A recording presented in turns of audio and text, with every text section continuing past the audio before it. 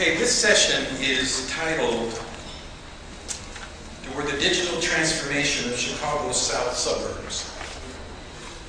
And I just want to make a couple of comments before we start. First of all, Chicago is a world-class city for several reasons. With its main identity being rooted in the industrial age. That's the nature of Chicago. And the suburbs around Chicago were bedroom suburbs for this industrial city. And a lot has happened with the suburbs. But one of the important aspects of the suburbs is what we would call economic polarity. There are suburbs that are very, very wealthy, have a strong tax base in real estate, and therefore their schools, their libraries, all of those kinds of public institutions are highly funded. And therefore, they represent one extreme. On the other hand, there are other suburbs that are the site of impoverishment and have become essentially places where people who used to live in inner city public housing, or people who have now been 2 or 3 generations in a family of unemployment, are aggregated in various suburbs. So that when we use the word suburb, we have to understand that there's a great diversity in Chicago's suburbs. If you, for example, were to take the outer drive and go north, and through Sheridan Road, etc., you would see one kind of housing stock. If you take the Dan Ryan south and get off at any particular exit, you would find a completely different set of social realities. Now, when the data was collected on the digital divide, one of the interesting points that was made is that at a certain level of income, I think at that point, one of the early surveys, it was $75,000 of household income. The number of people who own computers or use computers across ethnic groups pretty much reached equity. But underneath $75,000, there was tremendous disparity. The interesting thing about information technology is that it is exactly the opposite of the previous system. The previous system, what was valuable, is essentially what was scarce. I've got it, you don't have it, you want it, and what I've got therefore increases in value. Scarcity. This is exactly the opposite. The digital age. Okay? You've got a fax machine. You're the only one with the fax machine. How valuable is that? It's not valuable at all. The value of the fax machine expands proportionate to the number of people that have fax machines. That's what makes it useful. So that if, for example, a hospital were to adopt digital platforms in order to deliver healthcare and healthcare records, their ability to impact the health of a community is directly impaired if there's a digital divide. The exact same thing has to do with education. If everybody in the class does not have a computer, then it's impossible for the teacher to post assignments on the web.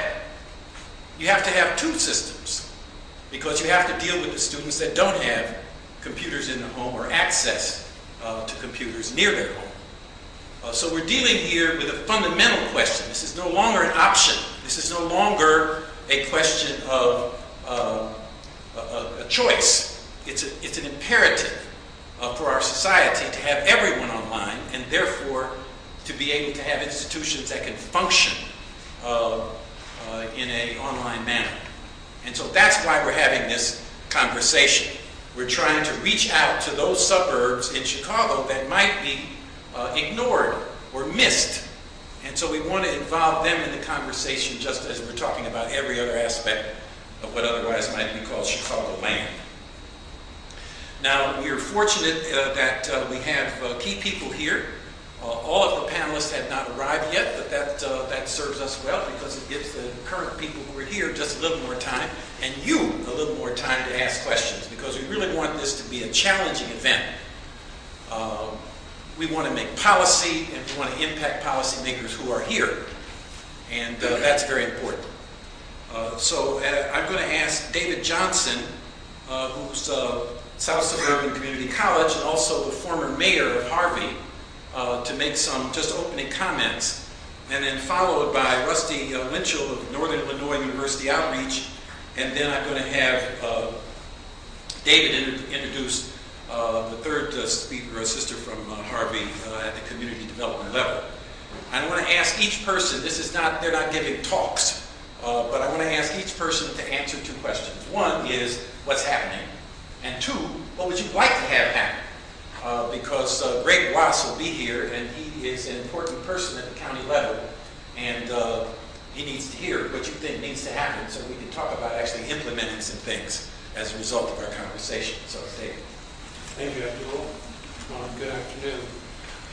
What's happening in the south suburbs is that the region is struggling with economic stagnation. When we think of metropolitan Chicago, oftentimes the south suburbs are described as Chicago's last frontier, because this is the region of Chicago that is least developed when you compare it to the northwest suburbs, the southwest side of Chicago, and then you come into the south suburbs. So it's Chicago's last frontier, and it's in need of economic development because this region historically was the industrial or the rust belt of metropolitan Chicago. If you think of Chicago flowing around the Gary, you had the southeast side of Chicago, you had Riverdale, Harvey, Chicago Heights, and we come over to Gary, Indiana. And of course, the industrial base in this country, in this region, has disappeared. So consequently, the impetus for latching on to the new technology and making sure that this region gets its fair share of the monies for building and infrastructure, for training of the trainers, for education in the schools, for job development, the ability to attract businesses into the region. These are all very important issues that sit on the table. And I think another issue, to be quite frank, is to make sure that public opinion leaders and elected officials understand that they've got to step up and play a leadership role in this area. I do have a presentation. You have a presentation? Okay. Is it PowerPoint? Yeah. I think I took the laptop. I think Kate took the laptop. Okay, well, you're not going to present right now. Why don't you introduce her and we'll get the laptop and... So while the laptop is coming, let me introduce someone who works on the ground in the city of Harvey with a community-based organization, a lifelong resident of the city, and today who's actually wearing two hats, Dr. Keisha Hartman-Castle. Good afternoon. I do not have a bio in the program, so just to give you a little background, again, my name is Dr. Keisha Hartman-Castle, and my doctorate is in Public Service Administration, Organizational Leadership. I am currently one of the consultants for the Human Development Center in the city of Harvey. It is a community-based organization with the purpose of bringing up healthy minds through education. We actually provide home monitoring to a lot of the home daycare centers throughout the state of Illinois. And one thing that we need to look at as we began to explore digital divide and some of the other technology things is that we really need to pay special attention to those underserved communities, like the city of Harvey and those surrounding areas. They don't have the economic infrastructure to provide these types of services. However, they are developing the children that will then need these services to become productive adults. So as we began to look at how we disperse grants and funding, we need to really pay attention to how we're actually looking at the global sense of what we're doing. So as we look at digital divide, one thing I would like to point out, grassroots organizations like the community center, one thing that we want to keep in mind is that the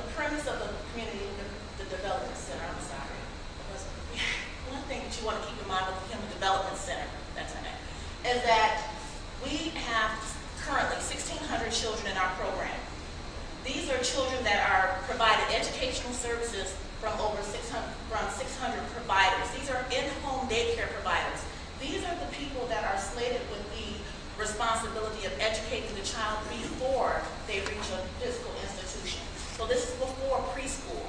This is before kindergarten.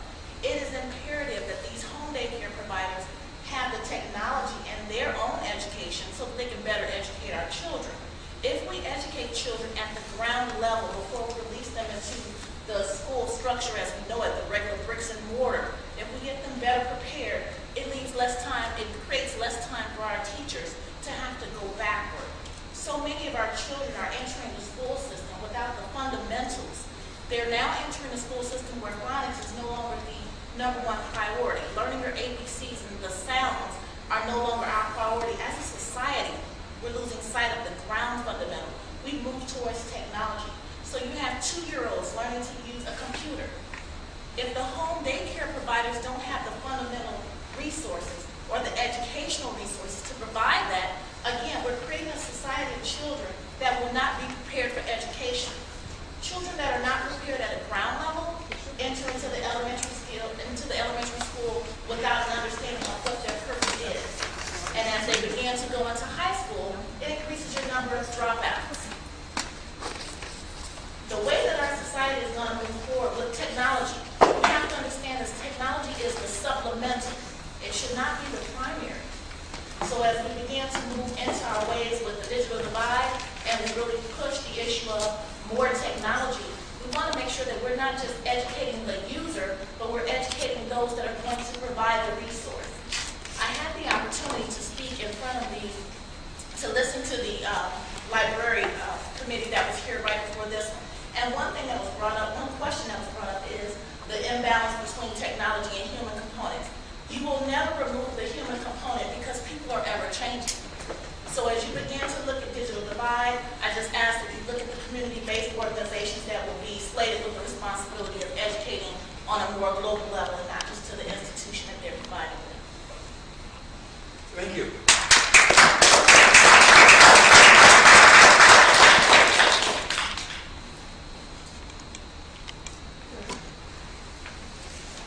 And now Rusty from Northern Illinois University with your presentation.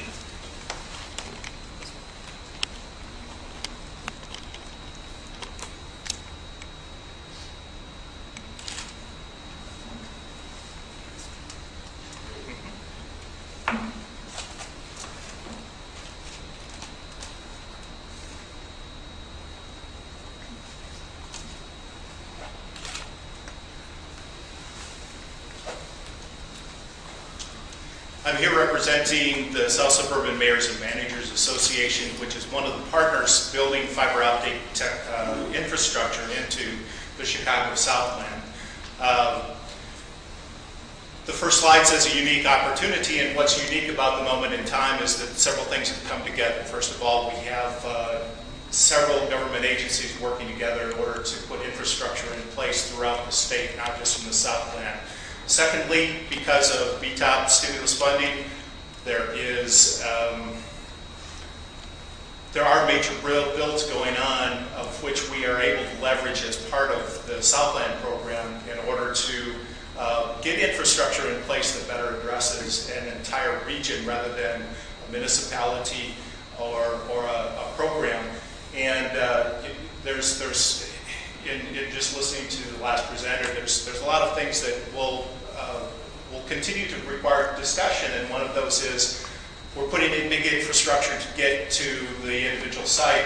These programs are being developed that need access to high bandwidth.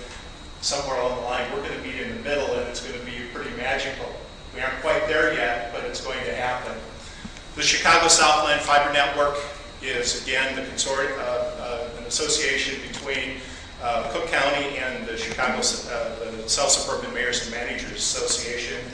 We're putting in major infrastructure along the I-57 corridor in conjunction with the BTOP-funded program from CMS, Central Managed Services from the state of Illinois. In addition to that I-57 corridor, there's going to be about 35 miles of lateral build off from that to reach individual sites within 14 of the communities in the Southland. I have on the list that it's new communities. In some cases, there have been fiber services available in the Southland, but that when we had done some of the initial research in the Southland, we talk about two things. Available, is fiber and broadband connectivity available, and is available at an affordable price. And in most cases, when we were talking to actual customers of services in the Southland, one of those two answers, either it wasn't available at all or it was not available at an affordable price that a school or a municipality could access. The program in the Southland came from a number of things. South Suburban Mayors and Managers have a technology committee that looks at all 42 constituent communities and says, what can we be doing for the betterment of our associated communities? The application of technology was one that they said, this will have immediate results. The preparation was done as a result of doing some research and saying, if we bring broadband into the Southland, who will use it? Over a period of a couple of years, there was research that was done that was the basis of both two BTOP applications as well as the state grant-funded program that we're currently putting fiber in under. Once you get that core piece of information in hand, you are able then to manipulate that data and to be able to respond and to put an application in for any number of things because you know who in your region has a need for what kind of services. The opportunities, ARA came out with 2 rounds of broadband funding for those entities who were prepared to take it. We applied for both. The first one is a standalone with SSMA, the second time a partnership with Cook County. We got selected on the second round for due diligence with Cook County, but we're not selected for funding, and that brought us around to creating an opportunity. The governor said when he provided us with the grant is that the Southland didn't know how to take no for an answer. We kept asking, and we were offered the opportunity to build this. And of course, execution. Once you get money in hand, nobody wants to see you sitting around, looking for where you're going to spend it. We had money in hand less than 30 days before we started putting duct in the ground, largely based on the purchasing processes that the state of Illinois had already put together. We're really proud of that.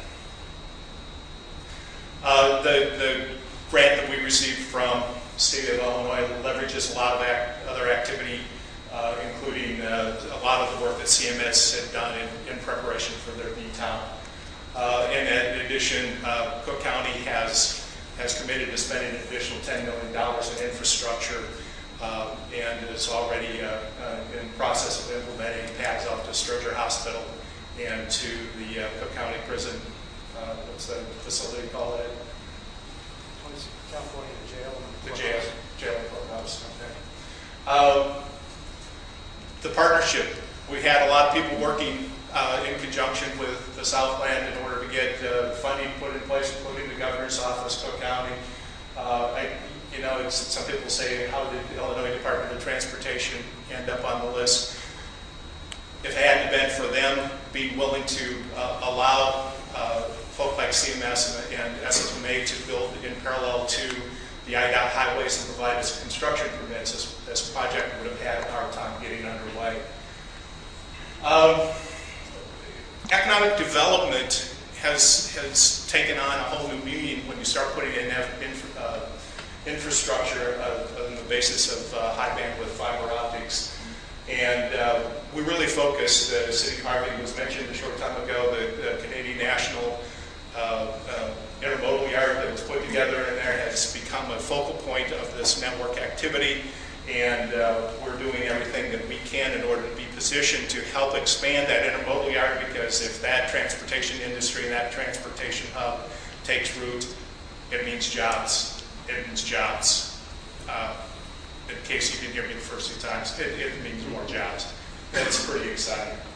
And we're really trying to focus on some of the areas of greatest need. As mentioned earlier, the Rust Belt on the south side. Once the steel industry turned down, there has not been major innovation there that has provided jobs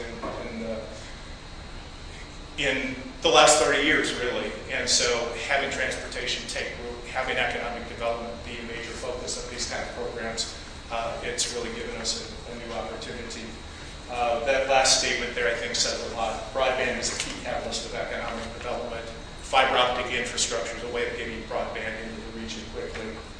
Additionally, again, in partnership with Cook County, we're addressing some of the courthouses, healthcare facilities, public safety, any number of other public needs in the area. Applications. It's a little bit of that field of dreams. If you build it, they won't necessarily come. But when there's already the amount of pent-up demand that there is in these industries, we believe the applications are going to follow very quickly and start consuming the bandwidth made available.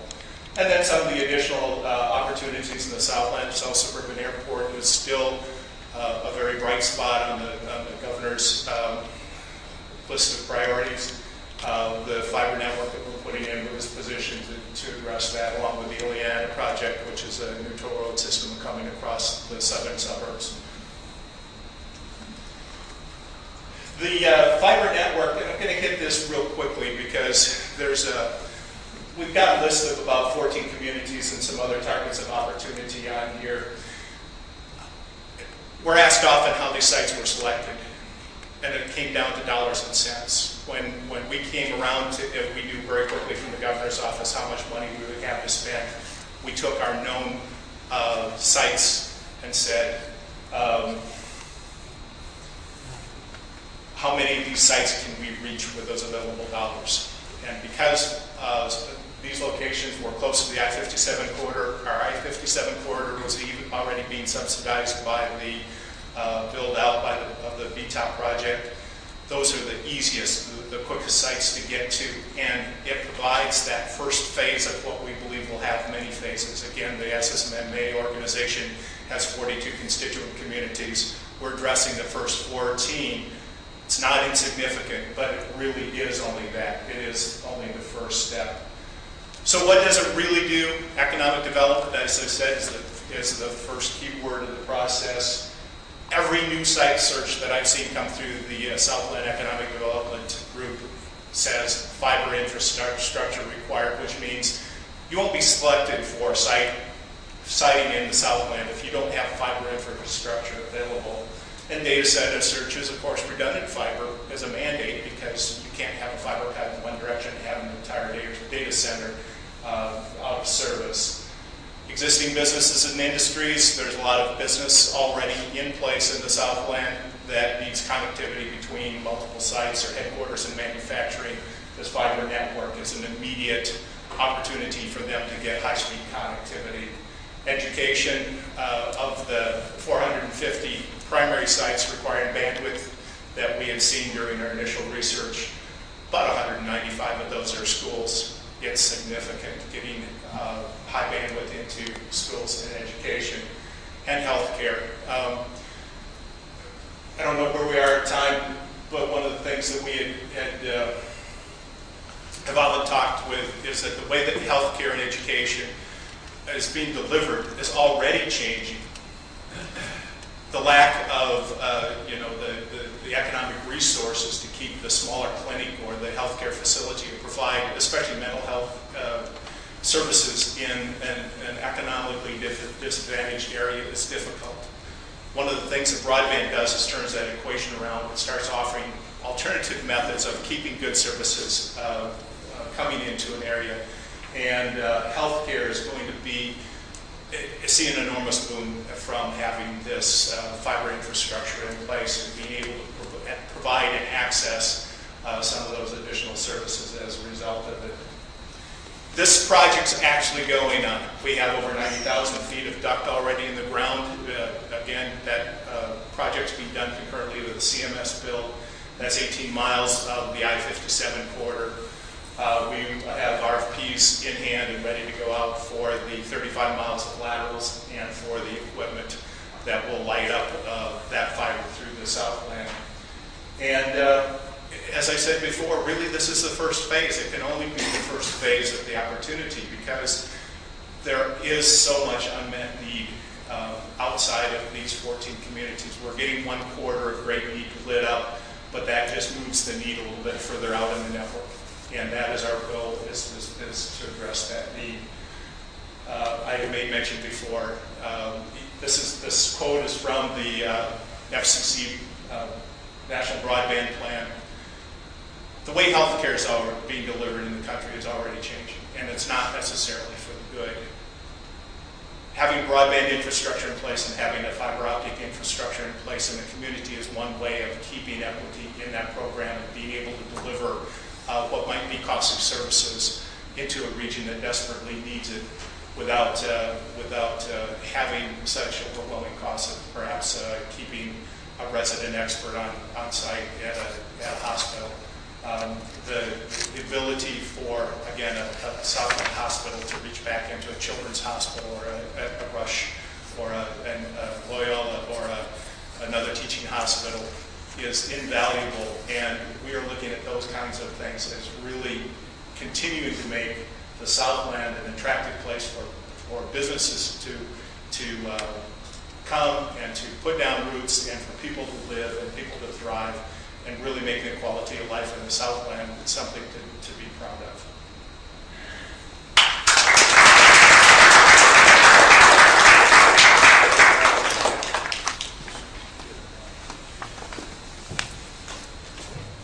I want to thank Rusty for that presentation. I also want to make mention of the phrase he used, the RFP. That stands for Request for Proposals. And that's a critical aspect of economic development. And one of the things I think that we have to always keep in mind is that we have a national economy, but we also have a local economy. And so the question that I think we need to keep in mind with regard to rolling out these projects is to what extent is diversity a factor in the RFP?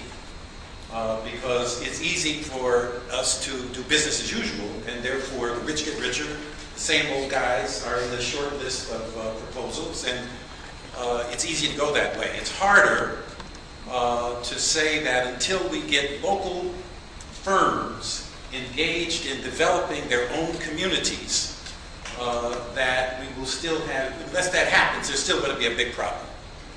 So we have to keep in mind this question of diversity when it comes to RFPs.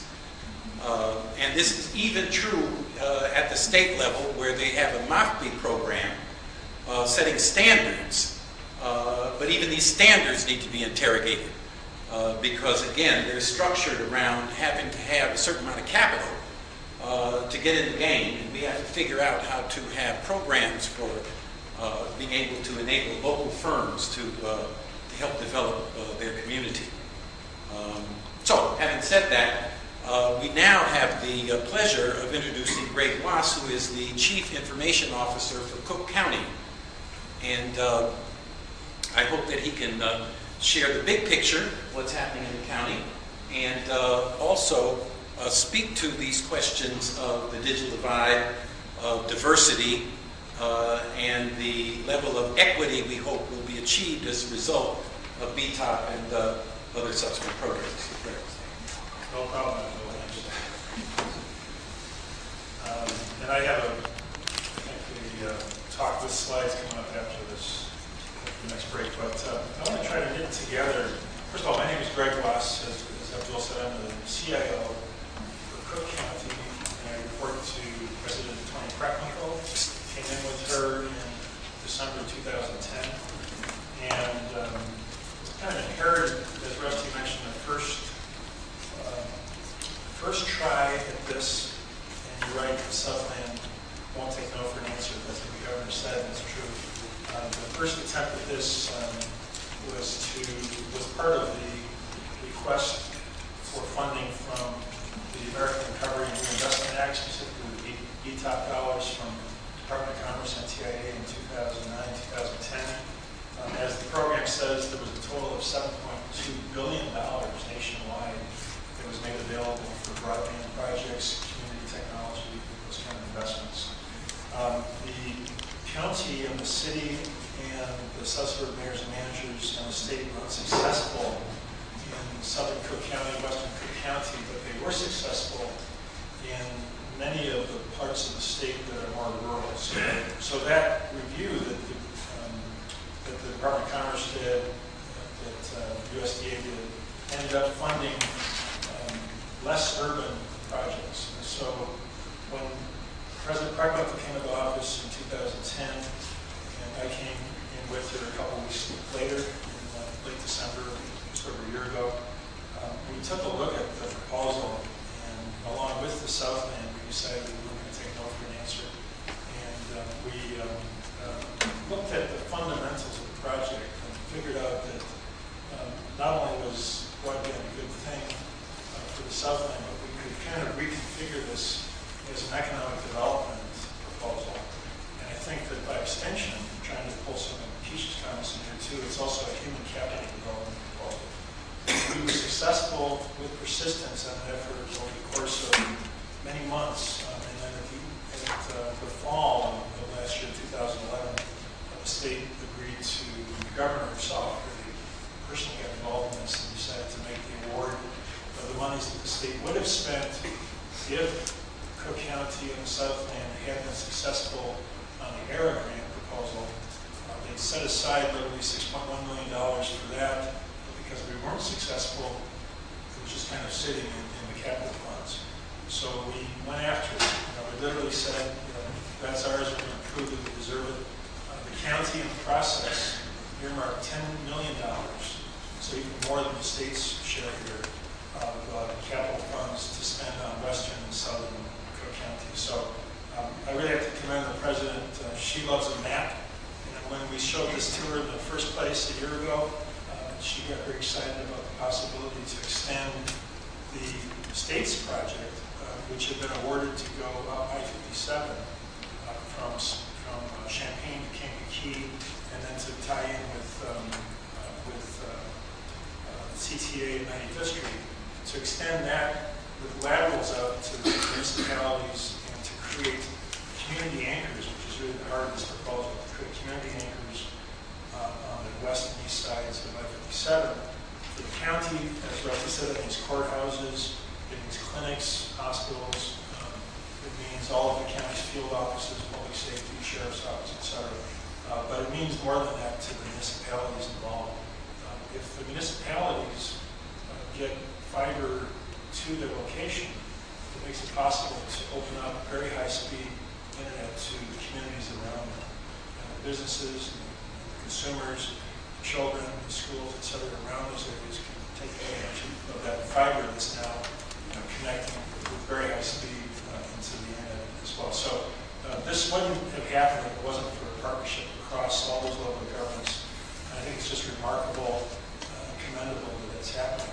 But, we have like-minded people, I would say, at the state of Illinois, at the county, at the city of Chicago, at the Department of Transportation, and the CTA.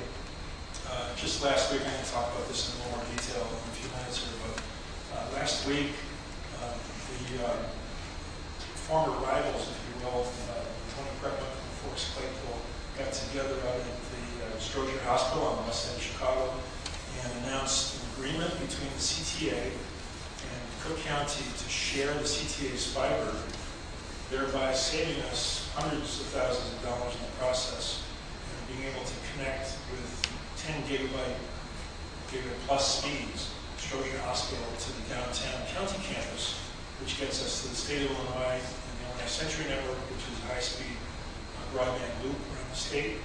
And ultimately, been following up on some of the healthcare points that Rusty was making. It takes us to Internet 2, which is we can connect through at Starlight in 900 North Michigan Avenue. So the connecting with a big pipe with lots of strands in a fiber bundle allows for uses that really haven't even been contemplated by a lot of these public sector entities, let alone businesses and homes.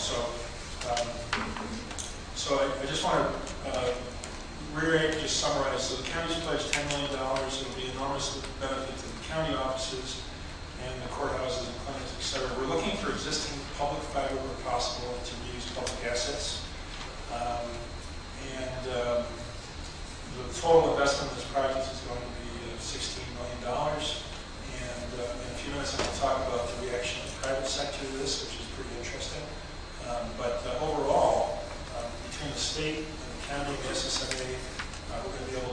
reduce the cost of high-speed broadband to municipalities and these places much lower than they're used to paying. I think that, just to wrap up, people expect to be able to conduct most of their transactions over the web and expect to be able to have mobile applications and social networks. And government is moving in this direction as well. This will allow municipalities to start to provide services online and could lead and should lead to greater efficiency in the public sector. So I think that, again, it's going to be disruptive. I'll talk about that a little bit, but I think it's a very positive project. It shows great collaboration. It shows the vision and thinking ahead. And I think that now we're in that stage where we have to take it from a project, which is just now getting put in the ground, to the community benefits, the human capital benefits. And I think you'll see that happening as we engage a lot more with the towns and the area as we go forward.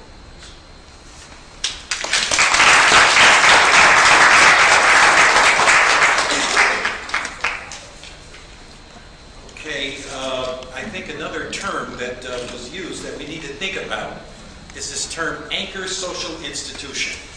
It's a new concept, but it often is taken to mean public or governmental or large institutions that are really one kind of infrastructure. But on the other hand, what about senior centers? What about homeless shelters?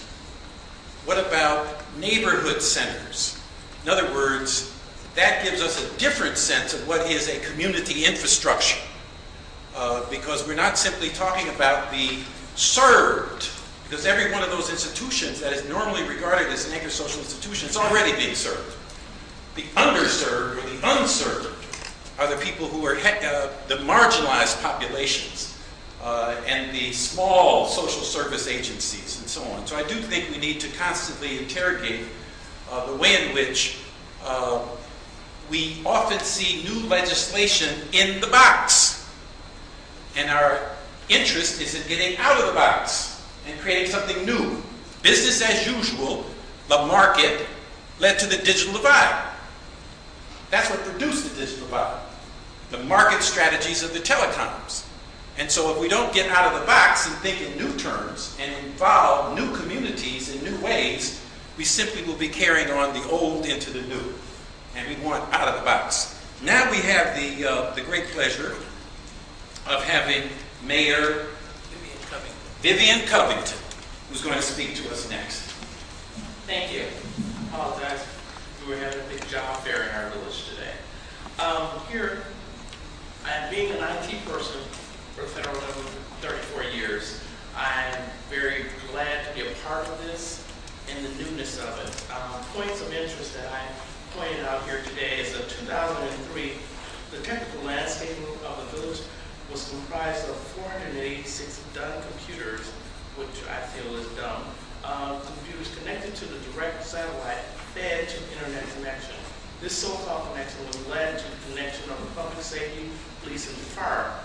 And the village hall facilities has continually down, and it was a result so that those departments were in service and supposedly to support the village residents. There was also no village-wide network domain, no village email accounts, no standard hardware, software, and ISP internet service provided for the village.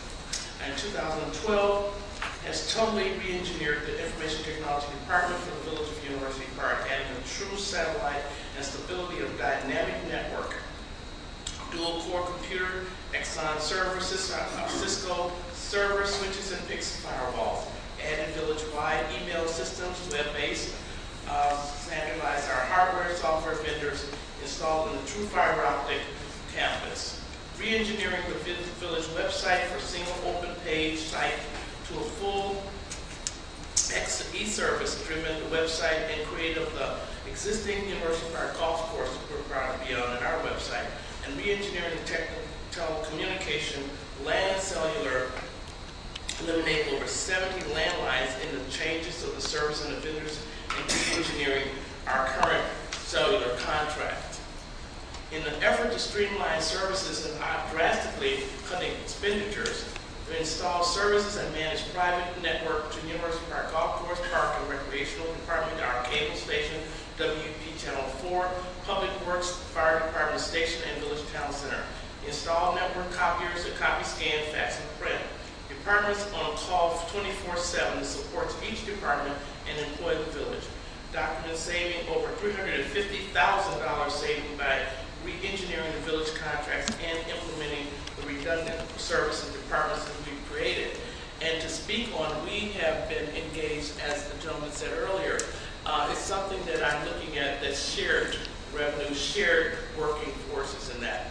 We have 71 companies in our industrial park. We're one of the largest areas of having an industrial area in the state of Illinois. And with that, we have a large company called Applied Systems. It is a high-tech area where we really need it. Right now, they're separating with 3 different villages to try to share it just for that. And fiber optic wiring would be just something phenomenal that we're working right now collectively to try to get that in the Village University Park. There is a grant by the governor. I know it's a $4 million grant we're working on currently to get this fiber optic wiring through our area. We have a college there, Governor State University. It is about in 2014 will be a 4-year university, and that's well needed. Some of the problems that we're having currently in the village is the 71 companies. They have turnaround times bad because it's lagging, because they can't, the system is just, it's not fast enough. Our library system, we have virtual reality courses that we're taking, that they can take any foreign language, any studies that they would like, but again, the system's just dragging, sluggish, slow. And with me being frustrated as an IT person, and I came on board in the village years ago to make that fabulously happy. Making the people be able to talk to one another. Before we were analog, and I couldn't believe that. And there was no DSL in the village. So we have a person here today, Mr. Darrell Bolton, and I'd like him to stand right now. That's our director of IT, which brought a lot to our village. And we're very happy for that, because they said, our clerk, her main problem was, people are sending me an email, and I can't get it. Why can't I get it? Well, it could be you don't have a domain. But she didn't understand that. Just to put it in layman language, it's like having a telephone, not having a telephone tells someone to call you. You'll never get a connection. And I couldn't believe that the south suburbs was that far behind in technology. So with that, we used to have a slave printer connected to every PC. That was unbelievable to me. When I walked in there, I said, are you kidding me? You had fax machines, you had printers. The cost was just phenomenal. By coming in there and cutting all that cost, I eliminated all those people, the printers, fax machines, copiers, have 2. They did it all. As we all know, you can have a copier, do the emails. And then we leased our equipment. They were paying $100,000 for equipment for 5 computers. That's crazy. So now Mr. Bolton did the research, and we now lease our equipment, which is a very good thing. See, we don't have a landline to dispose of these pieces of equipment, and now the people are just happy. And not to mention our response time to our fire and police department. They didn't have the proper, they were doing things in pencil and faxes. That was very dangerous to our residents. Not to mention our fire department. They had no communications, and all the things that are changing every day, it's just ridiculous. But with the South Suburban Mayor Managers, I'm also with Will County Mayor Managers, I'm also with Metropolitan Mayor Managers, so we can all talk together and get these things accomplished. I have with me today also our village manager, Mr. Lafayette Lanier. Please stand. Which has brought us also a lot of technology to our village. So it's the like-minded people of technology. It is the thing of the day, and hopefully all our industrial park areas, those people are extremely happy that we're coming up to park. They're very pleased with what we're doing today. And thank you for your time.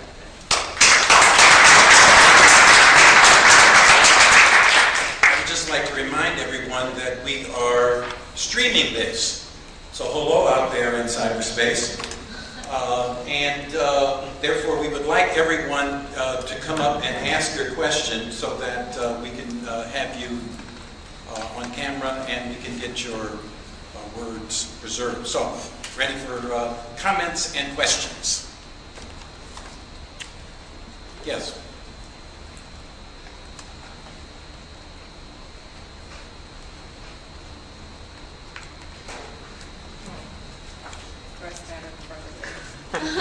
Yeah, speak to them and to cyberspace. Hi, cyberspace. Hello to you guys. I'm Liza. I'm a business student, and I work with UC2B, which is the Champaign Broadband Project.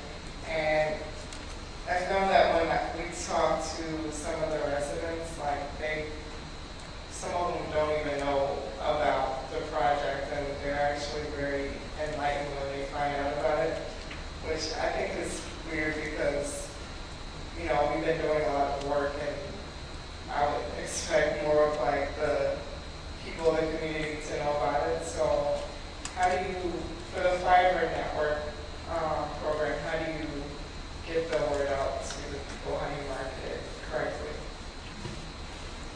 Thank you. I can tell you, we have a newsletter in our village called Communicate. It's something new also we brought out. And you can access Communicate online, or we have mailings out as well. What's the URL? And what we do, I'm sorry? The URL? Can you tell us the URL? I'm sorry? I said the web on the website. It's on our village website, universitypark.il.com. And what we do is we push that out and we put it in our newsletters. We hold meetings in the village to let people know what's going on at all times. We have our cable station. We have it on our, like I said, our newsletter, our website, and we verbally say it at our board meetings as well. Keep people abreast of what's going on. When they get this monthly newsletter. Great. I think Russ might be able to answer this as well, but I know that on the 27th of this month that the Southland has the Greater Southland Economic Development Commission that meets, and we are preparing, I don't want to either way, but we're preparing to basically give a status report in a press release or a status of the project. I think one of the issues here is, as I said before, it kind of started as an economic development project, and it's kind of, it will morph into more of a human capital development project as we go forward.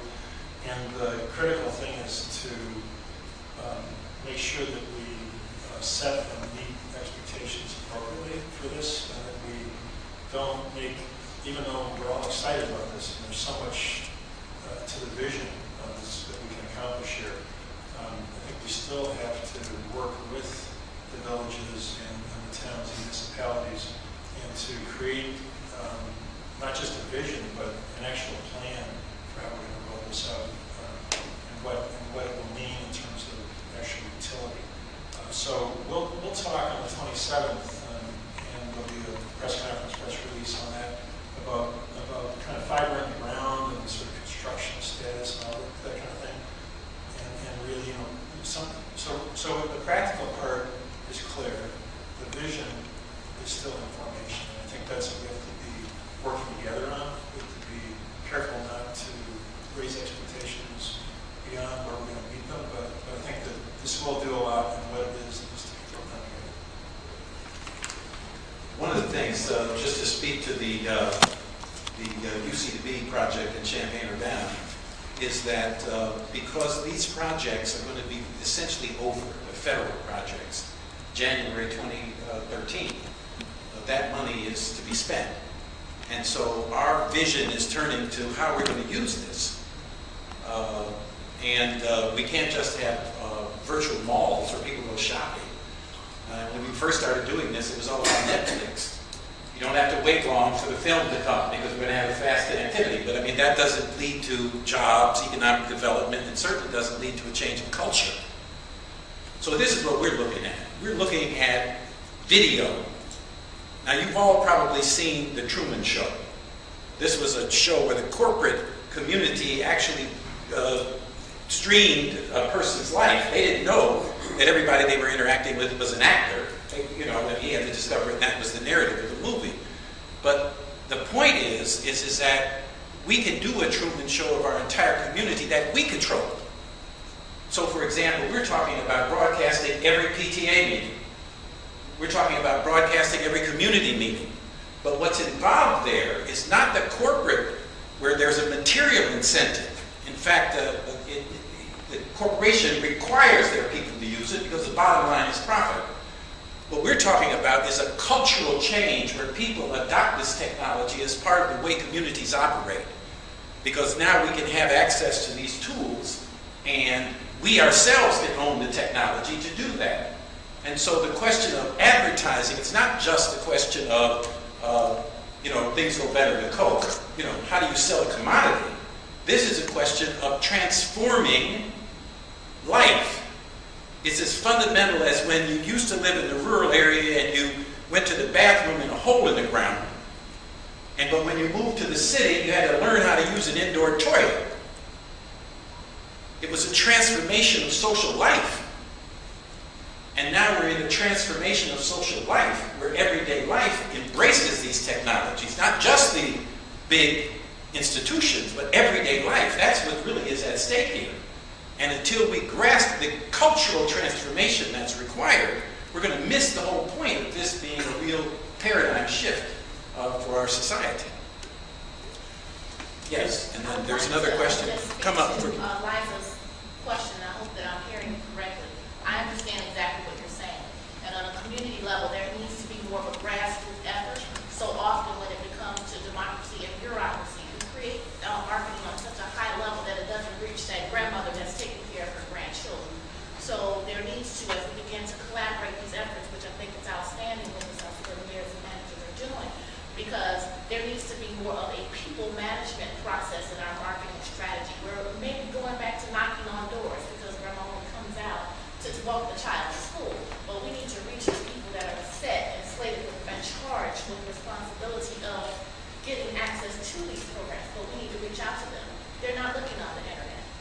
So for those thousands of grandmothers who are raising their children for our DCFS service, they don't have that access. So we need to begin to think a lot more globally. I think Dr. Abdul said it earlier, outside of the box.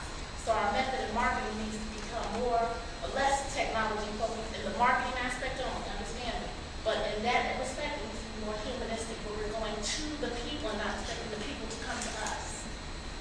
So I appreciate that. Exactly. And to build on that point in response to another point that Abdul made, in terms of the RFPs, and the planning and the envisioning of how this project is going forward, considerable thought needs to be given to the way the specs are written, so that they're written in ways so that small businesses, so that minority contractors, and so that local labor can participate in those projects.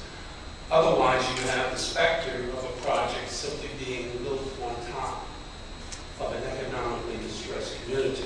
So in terms of the planning and then the visioning, considerable effort has to be given to a bottom-up strategy for economic development, a bottom-up strategy for local participation, for small businesses to participate in a project of this scope. Next question. I just add to the last point. So I would extend that certainly the minimum requirements are being met at the state level, the county level for the construction, so that there are minority business enterprise and women business enterprise requirements for the state procurement that are being met, which is 25% and 5%. But we have to go beyond this, not just in the construction phase, but to buy local means to start to develop a skill set that's local, because once it's in the ground,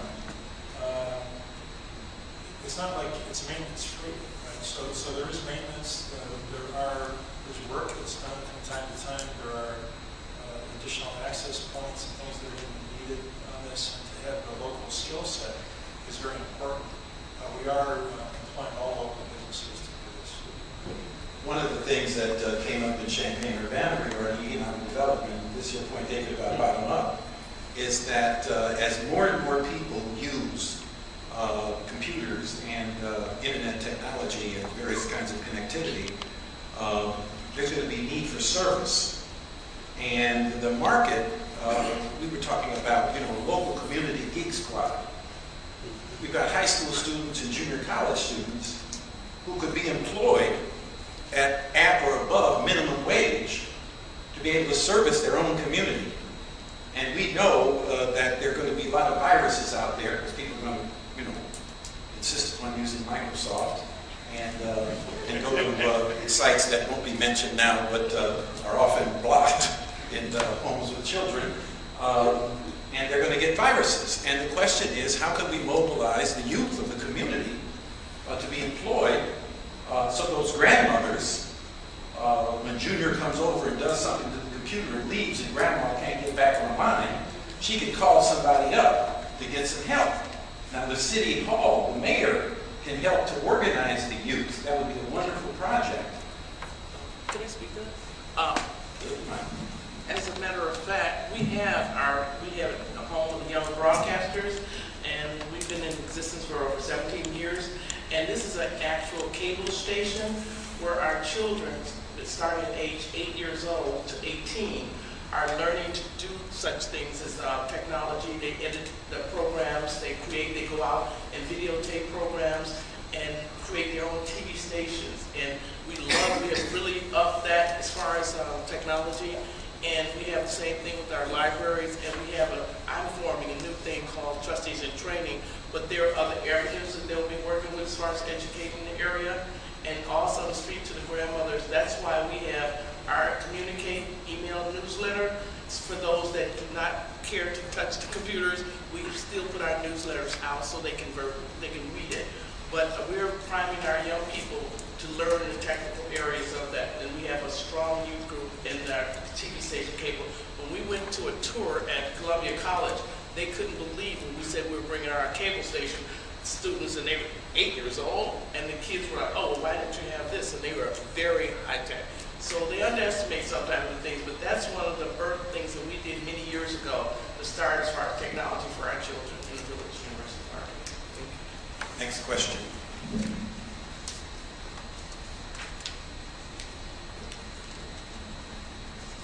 I have a question for Rusty and perhaps Mr. Bronx. You mentioned Western Suburban Corridor. Could you give us a list of those communities in the Western Corridor that you're going to, with the $10 billion down construction?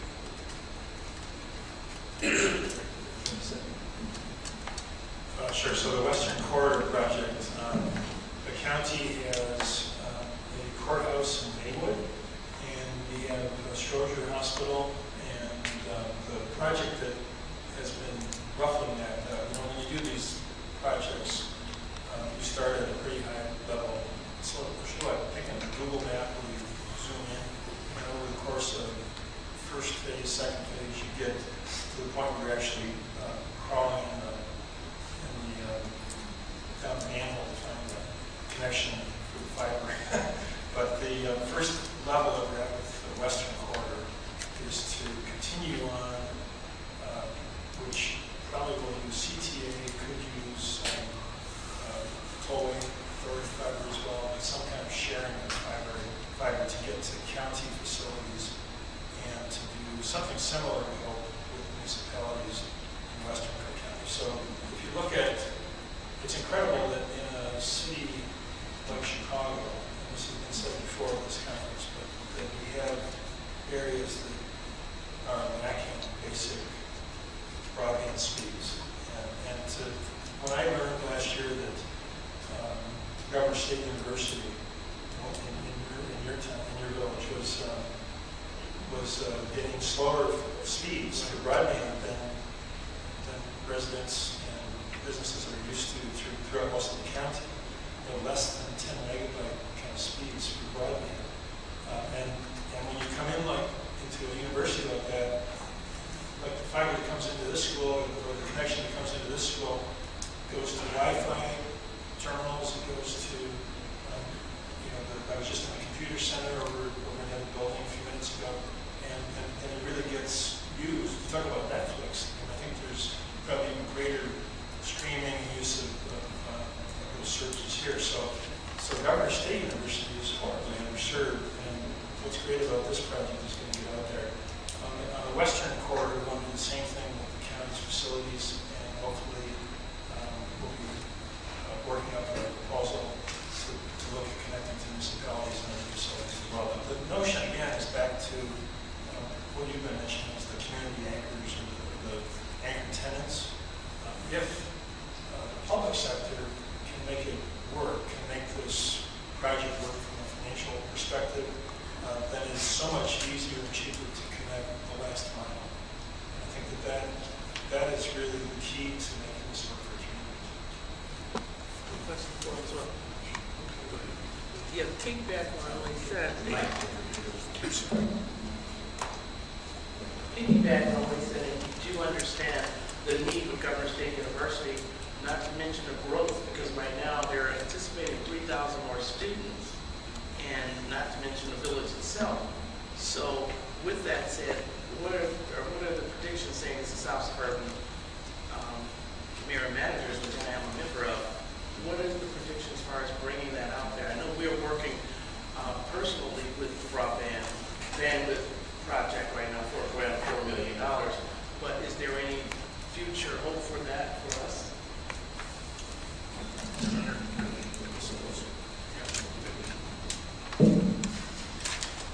Governor State University is as far east off from I-57 as the lateral is projected to go right now, but as I mentioned during the presentation, every time that we put a new point in the ground, that immediately becomes an aggregation point.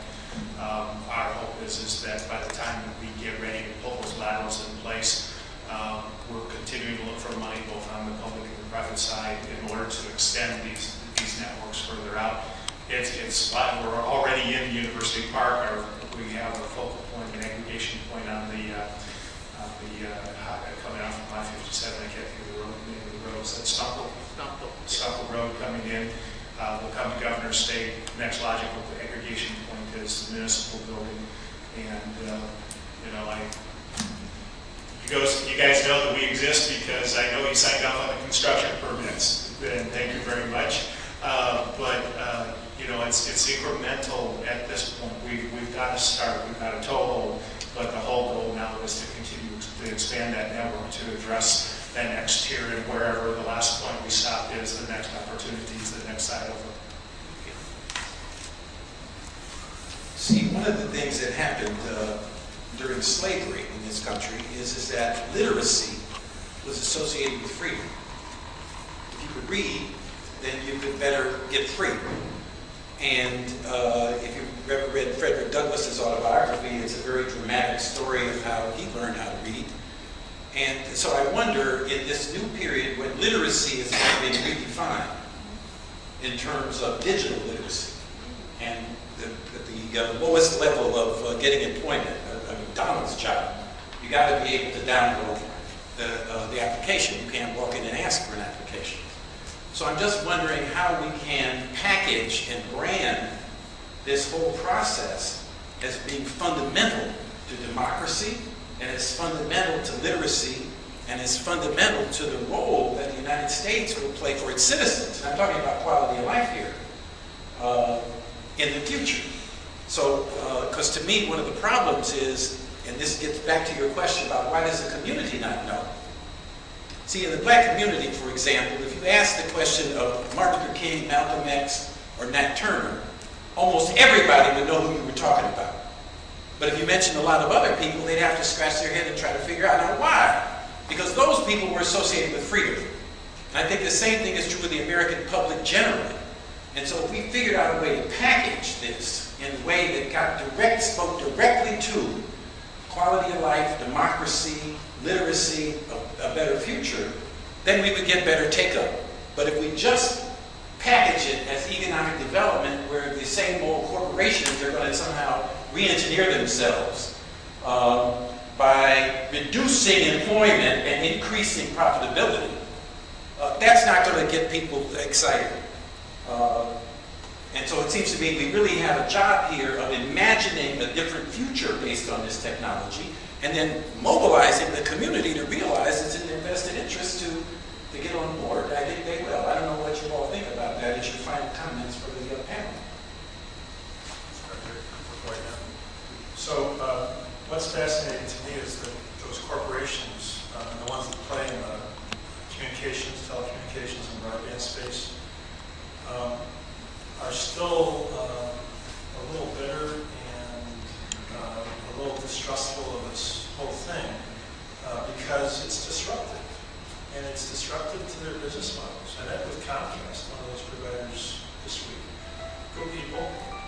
company. They offer $9.99 Lifeline broadband service in the south suburbs. It's a project that has the most subscribers.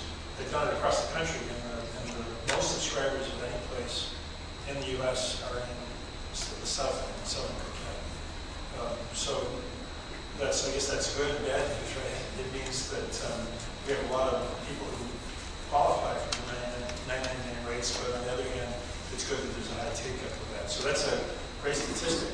On the other hand, Comcast has a business model that is probably 20 years old, where they talk about only providing end-to-end services. And we come in with this public sector-driven project, and we're all about collaboration. If the CTA has fiber, if the tollway has fiber, if the Department of Transportation has fiber, we'll use it. If they've got dark fiber, if they've got strands that we can use, we'll collaborate. And if we've got something that they can use, vice versa. That's not the corporate model, to say the least. And so companies like Comcast, AT&T, those are the ones that I'm familiar with, but there's other companies across the country, will have to adjust in this new world to providing service in a collaborative way. We're trying to enable less expensive connections at the home through doing this kind of public sector build.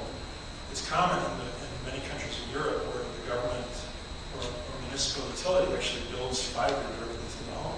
We're not going that far. We're building within a couple miles of the home, and then we expect the private sector to take over from there. And we'll enable lower rates by charging low rates for the backhaul that we provide. And then we expect that the private sector will be competitive and will drive rates down for the last mile as well. So we still have to see that happen, but it's a new model for them. They haven't quite adjusted. Again, from a human perspective, the only thing I would add is that it's coming. And the best way to market it is to make sure that people understand it is coming. This is not something that's going to go away if we ignore it. So whether it be by billboard or by knocking on doors, making people more aware of what's coming and how it's coming, we need to begin to educate, even for the people that you mentioned, Dr. Abdul. The children that know about those people were educated about those people. So we need to educate the public about this process and about this program. And again, going back to the humanistic component of it, being able to make the connectivity between this is your livelihood, this is going to impact your bottom line. If you don't understand this process, your employability goes down, your recidivism rates go up. So it's a global, again, it's a global aspect of how we need to look at this. Not just through technology, but how does it reach the whole realm, society, throughout society. Okay, we've got just 1 minute for each of the speakers. The comment that I often use when we talk about fiber optic infrastructure is that it is no different than the road system that the public sector has put in place. It's no different than water and sewer. It's one of the necessities of being in the society in this day and age. And a lot of times the argument, and you know, I really do try hard not to be too cynical about the incumbents and where their focus lies, but oftentimes we run into the issue that says, we don't think public sector ought to build out this infrastructure, but because that's ours to build, but there's not an economic model that we can build to yet, so nobody can build it until we're ready. And of course, we firmly believe that that infrastructure is part of making a high quality of life in the area, and our focus, our advocacy continues to be that infrastructure for all. I think it's important going forward to think in terms of bottom-up strategies for communication, economic development, and education, training of people in economically distressed communities for maintenance of the system and move into higher levels of productivity inside the system, and developing a greater public mandate for individual municipalities to drill down and to do planning about how we're going to meet up with the aggregation points. I think those points have to be included as we go forward.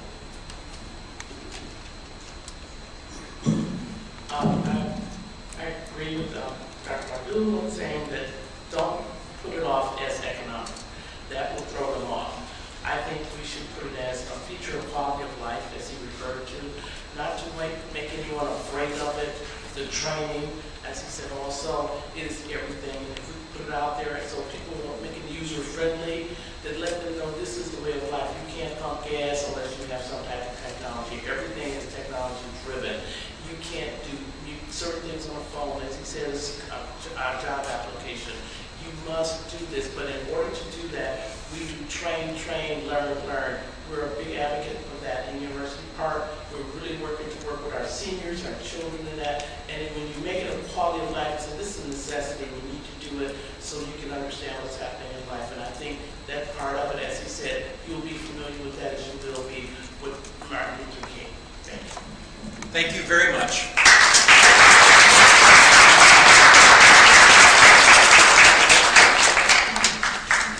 We'll break for a short time, and then we will all gather back in this room for the final plenary. There are snacks and coffee and water and conversation.